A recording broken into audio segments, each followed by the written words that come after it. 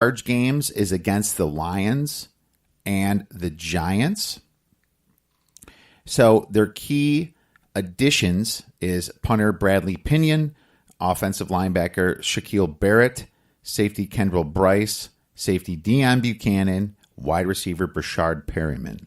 Key losses, offensive linebacker Quan Alexander, Deshaun Jackson on wide receiver, Adam Humphries at wide receiver, Ryan Fitzmagic, inside linebacker Adarius Taylor, and defensive end Vinny Curry. They drafted Devin White from LSU. I love that pick. Cornerback Sean Bunting, cornerback Jamal Dean, safety Mike Edwards. It's kind of a reach for those guys. Defensive end Anthony Nelson, a kicker Matt Gay, and a couple other guys. You know, I really don't know why most people think that Tampa's schedule is harder than Carolina. If you look at some consensuses out there, they say that. But it is what it is. I love their new coach, Bruce Arians. I think that's an upgrade. It's definitely a half-game upgrade just for him right off the bat. But this team really needed defensive back help, and they went hard on that in the draft with their top 5 rounds, you know, going on defense.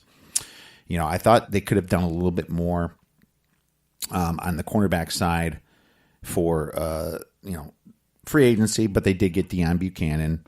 I mean, this team gave up a huge 29 points per game last year, and I think a lot of it was part of their 18 turnover margin. Negative 18 was their turnover margin, which was brutal. Sadly, and that's Jameis Winston right there, right? I mean, he throws picks. Sadly, this team was pretty healthy last year, right? And still couldn't get it done. They only mustered up 5 wins last year. We hit that under on our season win total last year, if you remember. I think it was at 6.5 last year still. The Buccaneers will have a tough time, I think, replacing Quan Alexander and Adarius Taylor. Okay? I really think that. You know, Quan was a great linebacker. He's got paid for sure. And Adarius Taylor was good as well. Tampa did they didn't address their offensive line and edge pass rushers well. But, I mean, they had so many holes. It's hard to do everything. I understand that. They just kind of focused on the secondary. Jameis Winston has to prove to be the leader that they thought they drafted 3 or 4 years ago. So many people didn't love their draft. I thought it was okay because their defense was so glaringly bad. They did reach for some corners, like I said before. I like the Shaq Barrett and Deion Buchanan pickups. Replacing Deshaun Jackson and Adam Humphries won't be easy, but they do have 2 nice tight ends right now, don't they? O.J. Howard. Their tight ends are pretty good. They lost about a win's worth of guys. I think they gained back 1.5 wins in the draft and the free agency. Let's go over it. We're looking at Tampa Bay starting with 5 wins, but they actually had a 6 on their Pythag, so I give them a 5.5, minus a half game for being healthy last year, overly healthy. Their schedule was medium hard last year, so I give them a half game back. Their schedule is medium hard, though, this year, so I take it right back away. Key losses -1 game for who they lost, but in who they gained back in free agency in the draft is net, actually 1.5. So they net 0.5 on loss and gain, I think, there. So that brings us to 5.5 wins, okay? Like I said, it's a pretty hard schedule. Their Vegas win total is at 6.5, and I'm at 5.5. That's not quite enough to get us to the dance. You know, it's going to be a honeymoon year for Bruce Arians, meaning no pressure. He can lose the games, and he'll be just fine as long as he doesn't go 0-16. So my lean is under. I just don't want to play it. It's not quite enough. You know, gun to the head. I'm definitely taking the under. So that's the NFC South. To recap, our only play is going to be Atlanta Falcons under 9 wins.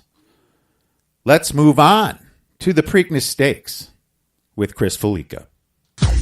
Now I'm very happy to welcome back a horse racing expert and enthusiast that you all know so well. You can see him on ESPN's College Game Day and listen to him and Stanford Steve on their weekly podcast during the football season, Stanford Steve and the Bear. I'm very excited to have Chris Fallica back to break down the Preakness Stakes. You can follow him on Twitter at Chris, Fallica. How you doing, bud? I'm doing well. Just good weekend here with the PGA and the Preakness. So just looking forward to sitting at home and enjoying the action this week. Let's cash some tickets, huh? Yeah, well, we'll try and cash some tickets. And the Derby certainly treated us well after kind of. It was weird because I'm just at the race and kind of Friday I started readjusting my. All right, what am I missing? Let me take another run. So I wound up. I was like, Country House has got a shot here. Another scratch. Moves in another spot.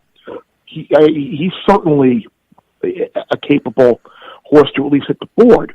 So I threw him. I added him into like my main four if it's at the box and added him there as well. And then on Saturday, it just seemed like everywhere you read, everywhere you listened, everyone was kind of coming up with the same horses. I mean, that was clear that Baffert liked Improbable, and he thought Game Winner always fires, and Tacitus was obviously, and Maximum Security was the go-to horse. So it was like, all right, we're all coming up with the same horses. That's not going to happen. It's horse racing. It's not going to be this easy in an 18 or a 19 horse field. So let me readjust. And then after the Pate Mile, they were like, okay, the track is being sealed due to the impending weather. So right then and there, I'm like, okay, so we're going to have a sealed track. So to basically throw out any running style that you've seen so far, and then you're going to have standing water on the track from a torrential rainstorm that couldn't have timed itself even more perfectly to affect the track conditions for the Derby. So I'm like, let me go back and look, and I'm looking, and I'm like, you know what? I just had like visions of Orb like flying down the center of the sloppy track to win, and I'm like, I can just totally see someone like Country House or Win just flying down the center and just picking off horses and having a huge say in the outcome. And it turned out being a little bit prophetic. And did Country House get up and win? No.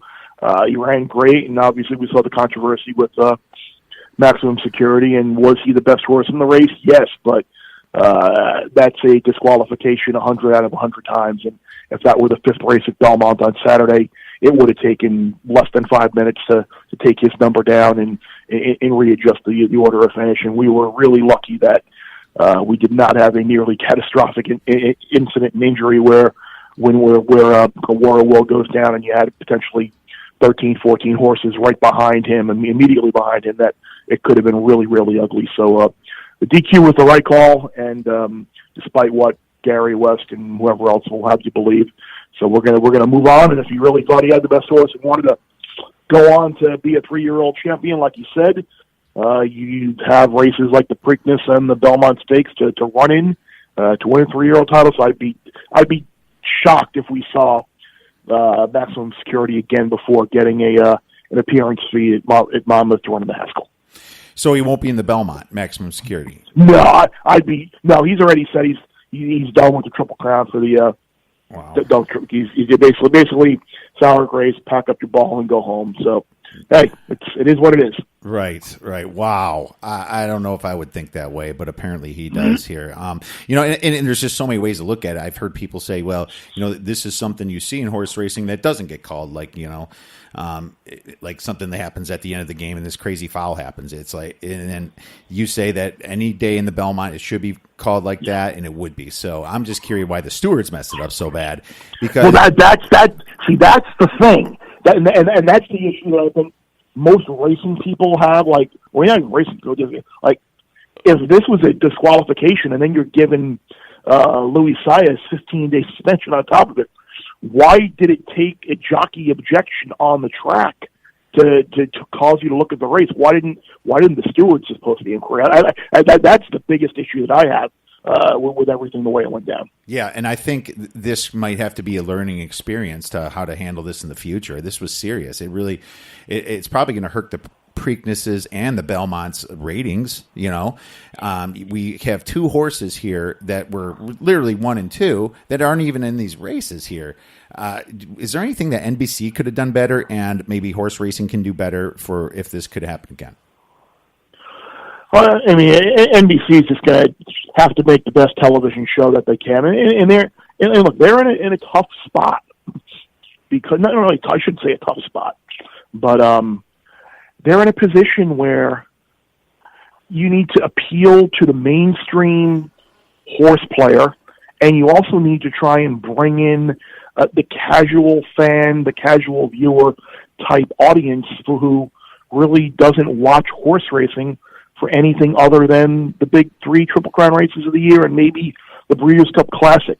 So they're in a hard spot, and they've tried to give your hardcore handicapping analysis with Eddie O, and they had Johnny Weir and all and the social kind of the hats and the outfits and like the fanfare, and so I mean they've done a good job with that, but I think the more, as a racing guy, I want to see more racing. I want to see constantly updating odds. I want to hear track biases and things like that. But having been in the position that NBC is in, I do know how difficult it is to put on a show that, especially for that length of time, that you're going to get 100% positive reviews from just the casual fans watching and the hardcore people like myself. Well, I think they do a good job, by the way, because Randy and Jerry obviously were both with us when we had the Triple Crown, and Mike Tirico is certainly a host that does his homework and knows it as well. So I certainly don't think they're doing a poor job at all. Let me say that in case it wasn't clear.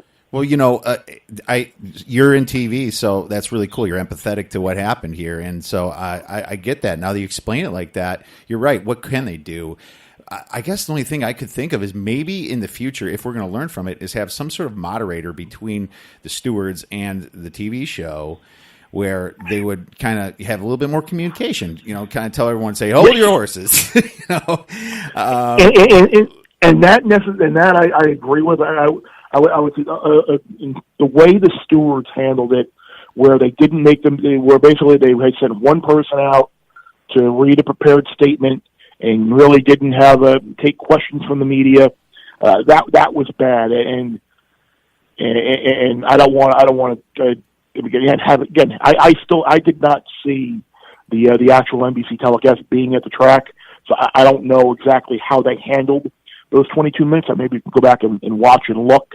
But it was funny. I was actually thinking about the race itself and the race call and how it's going to go down in history. I mean, obviously Larry Colmus, who was a friend of mine, had the great call with American Fire win the Triple Crown and then Justify win the Triple Crown.